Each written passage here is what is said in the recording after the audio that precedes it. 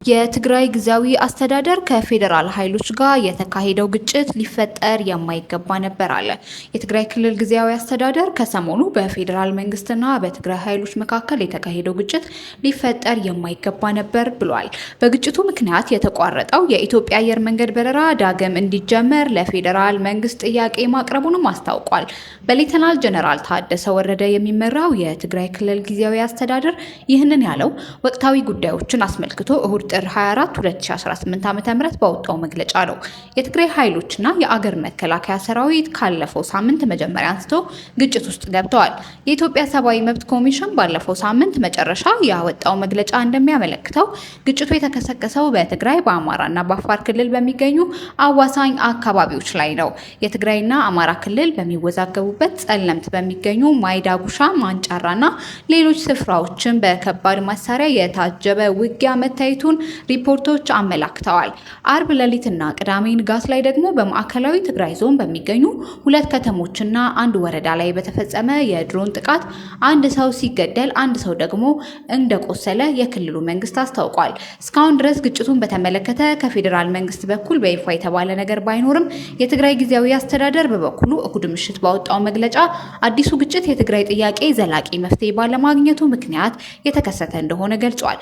ጊዜያዊ አስተዳደሩ ዘላቂ መፍትሄ በሚል የጠቀሰው የተፈናቃዮችና የትግራይ ክልል ወሰን መከበር ጉዳይ ነው።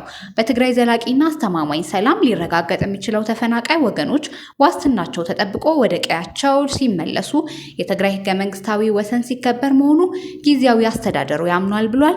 እነዚህ ጉዳዮች መሰረታዊና ብቸኛ ጥያቄዎች መሆናቸውን የገለጸው ጊዜያዊ አስተዳደሩ የድንገተኛ ግጭት መነሻ ሊሆን እንደሚችልም በመግለጫው አስፍሯል።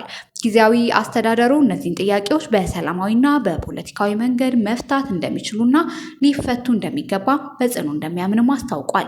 ከዚህ ውጪ ያለው መንገድ ዘላቂና አስተማማኝ ሰላም ሊያረጋግጥ እንደማይችል በመግለጫው የጠቀሰው ጊዜያዊ አስተዳደሩ ካለፈው ሳምንት አንስቶ የተቀሰቀሰው ግጭትን መሰረታዊ የትግራይ ጥያቄ ዘላቂ መፍትሄ ባለማግኘቱ ምክንያት የተከሰተና ሊፈጠር የማይገባው ነበር ብሏል።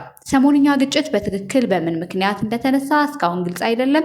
የጊዜያዊ አስተዳደሩ ፕሬዝዳንት ሌተናል ጀነራል ታደሰ ቅዳሜ ምሽት ግጭቱ የተነሳው የትግራይ ኃይሎች ወደ ጸለምት አካባቢ ለመግባት በሚንቀሳቀሱበት ወቅት እንደሆነም ተናግረዋል።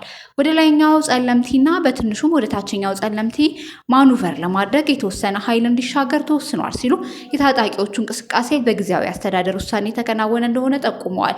እንደ ታደሰ ገለጻ እነዚህ ውሳኔ የተደረሰበት አንድ ምክንያት ከተፈናቃዮች አለመመለስ ጋር የሚገናኝ እንደሆነም ገልጸዋል።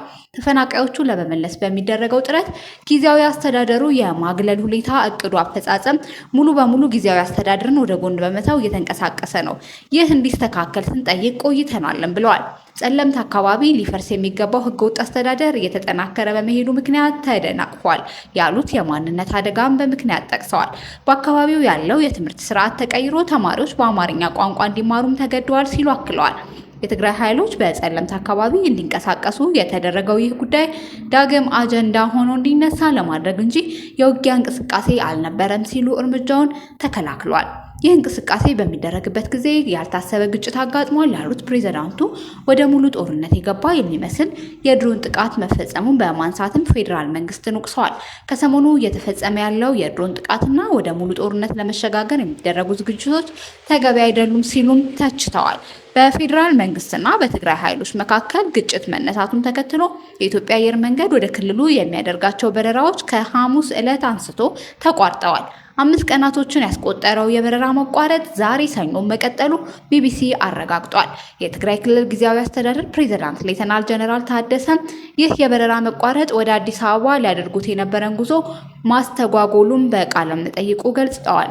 ሰሞንኛው ግጭት እና ሌሎች ጉዳዮችን በተመለከተ ከፌዴራል መንግስት ጋር ለመወያየት ቀጠሮ እንደነበራቸው ምክንያት ወደ አዲስ አበባ መጓዝ እንዳልቻሉ አስረድተዋል። በረራው የሚመለስ ከሆነ ውይይቱን ለማድረግ እንደሚጓዙም ጠቁመዋል። ፕሬዝዳንት ታደሰ ልዩነቶቻችንን እያጠበብን ያለውን ችግር መፍታት አለብን፣ ወደ ጦርነት የመግባት ፍላጎት የለንም፣ ጥያቄዎቻችን በፕሪቶሪያ ስምምነት በኩል እንፈታቸዋለን ሲሉ በቃለ መጠይቁ ተናግረዋል። ፕሬዝዳንቱ የሚመሩት ጊዜያዊ አስተዳደርም ባወጣው መግለጫ አሁን በፕሪቶሪያ ስምምነት መሰረት ዘላቂና አስተማማኝ ሰላም ለማረጋገጥና ዘላቂ መፍትሄን ለማድረግ ቁርጠኛ መሆኑን አረጋግጧል። የጊዜያዊ አስተዳደሩ ተፈናቃዮችን የመመለስና የትግራይን ህገ መንግስታዊ ወሰን የማስከበር ጉዳይ እንዲሁም ዘላቂ ሰላም እንዲሰፍን በሰላማዊና ፖለቲካዊ መንገድ ለመታገል ያለበት ግዴታ እንደሚወጣም ገልጿል። ከተቋረጠ ዛሬ 5ኛ ቀኑን የያዘ ወደ ክልሉ የሚደረገው የኢትዮጵያ አየር መንገድ በረራ በድጋሚ እንዲጀመር ለፌዴራል መንግስት ጥያቄ መቅረቡን አስታውቋል። ህዝቡ በፋይናንስ ስርዓቱ አምኖ ያስቀምጠውን ገንዘብ በባንኮች ካለው የጥሬ ገንዘብ እጥረት የተነሳ የተፈጠረው ችግር እንዲፈታ መጠየቁን ጊዜያዊ አስተዳደሩ በመግለጫው ጠቅሷል።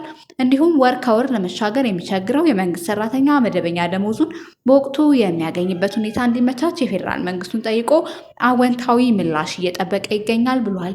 መረጃው የቢቢሲ ነው።